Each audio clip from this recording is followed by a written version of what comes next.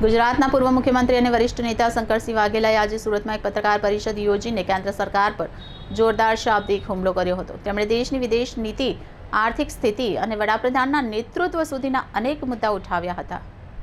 દિશાવિહીન વિદેશ નીતિ અને ગીરવે મુકાયેલ સંબંધો। વાઘેલાએ કહ્યું કે હાલમાં ભારતનો વૈશ્વિક રોલ સંપૂર્ણપણે દિશાવિહીન બની ગયો છે। તેમણે કહ્યું, વિદેશ નીતિ કાયમી હોય છે, તે કોઈ પક્ષની નથી હોતી, પરંતુ ભાજપના આગેવાનોની નીતિ અને રીતિને કારણે દેશની આબરૂને ઠેસ પહોંચી છે।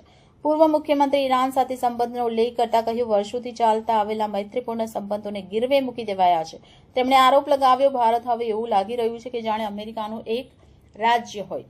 એપસ્ટીન ફાઇલથી લઈને આર્થિક સંકળામણ સુધી વાઘેલાએ આંતરરાષ્ટ્રીય સ્તરે ચર્ચામાં રહેલ એપસ્ટીન ફાઇલનો પણ મુદ્દો ઉઠાવ્યો। તેમણે કેન્દ્ર સરકાર પર પરોક્ષ રીતે નિશાન સાધતા કહ્યું, આવા મુદ્દા પણ દેશની છબીને ધૂંધળી કરવા માટે કાફી છે। આર્થિક મોરચા પર ચેતવણી આપતા કહ્યું, આવનાર દિવસોમાં તેલ અને પેટ્રોલની ભારે સમસ્યા ઊભી થશે। તેની સીધી અસર મોંઘવારી પર પડશે, જે કૂદકે ને ભૂસકે વધશે। તેમણે ગૃહિણીઓની ચિંતા કરતા કહ્યું, જો ગેસ અને પેટ્રોલ અંગે તાત્કાલિક વિચારણા નહીં કરાય તો ગૃહિણીઓના રસોડા બંધ થઈ જશે અને હોટલ રેસ્ટોરન્ટ પણ બંધ થવાનો વારો આવશે। વાઘેલાએ દાવો કર્યો છે, વર્ષ 2014થી ભાજપનું દિલ્હીમાં રહેલું શાસન હવે ખતમ થવાના આરે છે। તેમણે કહ્યું, વડાપ્રધાનનો લોકપ્રિયતાનો ગ્રાફ સતત નીચે આવ્યો છે અને તેમના પર જેટલી પણ નિંદા કરવામાં આવે તે ઓછી છે। અત્યારે દેશમાં કલ્પના બહારનું દ્રશ્ય જોવા મળી રહ્યું છે। પૂર્વ મુખ્યમંત્રીએ સરકારને સૂચના આપી, લોકો માટે ઉપયોગી થાય તેવી રીતે અને નીતિ તાત્કાલિક ધોરણે બનાવવી જોઈએ, નહીંતર પરિણામ ભયંકર આવી શકે છે। તેમના નિવેદનથી રાજકીય ગલીપચી તેજ થવાની સંભાવના છે, ખાસ કરીને ગુજરાતમાં જ્યાં આગામી વિધાનસભા ચૂંટણીને લઈ સમીકરણ ગરમાયેલા છે। 12મી માર્ચ દાંડી કૂચનો દિવસ છે। દાંડીના પડોશમાં આપણે છીએ અને 12મી માર્ચે સુરતમાં આજે જે મિટિંગનું આયોજન કર્યું એ અહીંથી ગાંધીનગરની કૂચ કરવા માટેનું આયોજન અને એના માટેની મિટિંગ હતી। બે મુદ્દા માટે આજની મિટિંગમાં તો વાસુદેવભાઈ પટેલ જે યશવંત સિંહાજી આવ્યા હતા થોડા દિવસ પહેલા અમદાવાદના નાગરિકોમાં એમણે ગુજરાત નાગરિક પરિષદની રચના કરેલી ને એના અધ્યક્ષ વાસુદેવભાઈ પટેલને બનાવેલા, એ બી આવ્યા હતા। એમને આવનાર દિવસોમાં લોકલ સેલ્ફ ગવર્મેન્ટ, જેમાં પોલિટિકલ પાર્ટી ન હોય તો સારું, સારા લોકો બી એમાં કોઈ પાર્ટીનો સિક્કો ન લગાવવો હોય પણ છતાં આમાં પડવું હોય તો એના આમંત્રણ માટે એમને સુરતના નાગરિકોને કીધું કે આવનાર દિવસોમાં એકાદ સંમેલન કરીને એમાં પણ સુરતને ધ્યાનમાં રાખીને ગુજરાત નાગરિક પરિષદની સ્થાપના રચના થાય એવી વાત બધાને કરી છે। બીજું જે કર્જમુક્તિ અભિયાન, જેમાં બે એક પ્રયોગ કર્યા અમદાવાદ અને રાજકોટમાં।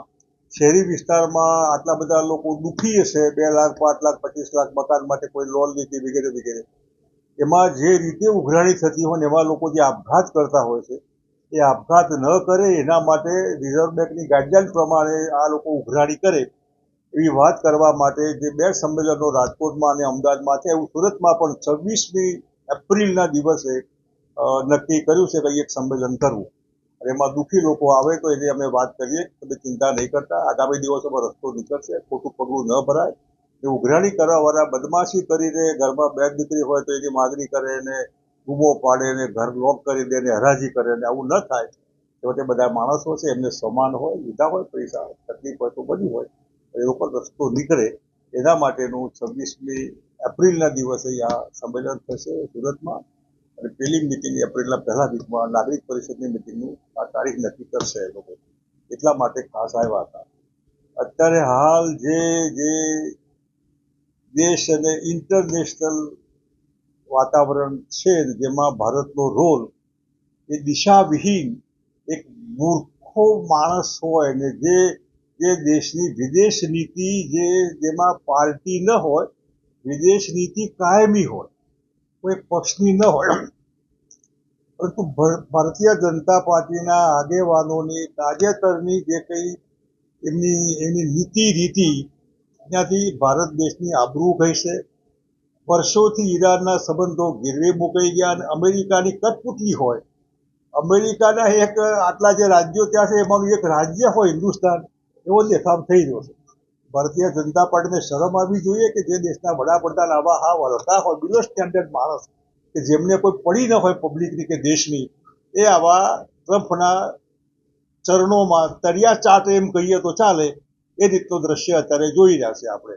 એના પરિણામે જે મેઇનલી ગેસ અને ઓઇલ ને પેટ્રોલમાં જે તકલીફ થવાની, મોંઘવારી કૂદકે ને ભૂસકે વધવાની અને દેશની આબરૂ જે ગીરો મુકાવાની, તે બદમાશ લોકો ટ્રમ્પ અને નેતન્યાહુ જેવા જેમના કનેક્શન એપ્સ્ટાઇન ફાઇલમાં, નાની બાળકીઓના ઔન શોષણમાં, રૂપારી છોકરીઓની લાહીમાં દેશની આબરૂ ગીરો મૂકવાવાળી ભારતીય જનતા પાર્ટી, જેના હાથમાં 2014થી શાસન છે દિલ્હીનું, એ પણ ખતમ થવા આવ્યું એવું અત્યારે જોઈ રહ્યું છે. દેશની આબરૂ નીચે ગઈ છે. એના પરિણામે બીજેપીની આબરૂ નીચે ગઈ છે. વડાપ્રધાનનો ખરાબ ડાઉન ગયો છે. એની સામે જેટલી નિંદા કરીએ એટલી ઓછી છે. આગામી દિવસોમાં સરકાર જો ગેસ અને પેટ્રોલનો વિચાર નહીં કરે તો લોકોને હોટલો બંધ થશે, ગૃહિણીઓના ચૂલા બંધ થશે, અને મોંઘવારી કૂદકે ભૂસકે વધશે. અને કલ્પના બહારનું દ્રશ્ય અત્યારે આપણે જોઈ રહ્યા છે. એ સરકારને કોઈ પડી નથી, એની કોઈ દિશા નથી, કોઈ નીતિ પણ નથી. એવી નીતિ સારી રીતે લોકોને ઉપયોગી થાય એવો વિચાર તાત્કાલિક કરવો જોઈએ. ખાલી ગપ્પા મારવા અને હરદીન પુરી જેવો બેવકૂફ માણસ જે એક્સચેન્જની ફાઇલમાં તો દલાલ હતો, સરકારનો દલાલ વગર આધારે, કોઈ પણ જાતના સરકારી કનેક્શન કે સિક્કા વગરની દલાલી જેને કરી, ભારત સરકારની નીતિ, સ્ટ્રેટેજી, પોલિસી એ એક્સચેન્જને કહી આવે કે આવું અમે કરવાના છે. આ કેવી સરકાર કહેવાય, કેવી પાર્ટી કહેવાય, કેવી પોલીસ કહેવાય? એપ્સ્ટાઇન ફાઇલમાં આ હરદીપ પુરી કે અનિલ અંબાણી હોય એના માધ્યમથી દેશના વડાપ્રધાનને પણ એમાં આપણને બહુ આવતી હોય એવું લાગે કે તમે પણ આમાં ઇન્વોલ્વ છો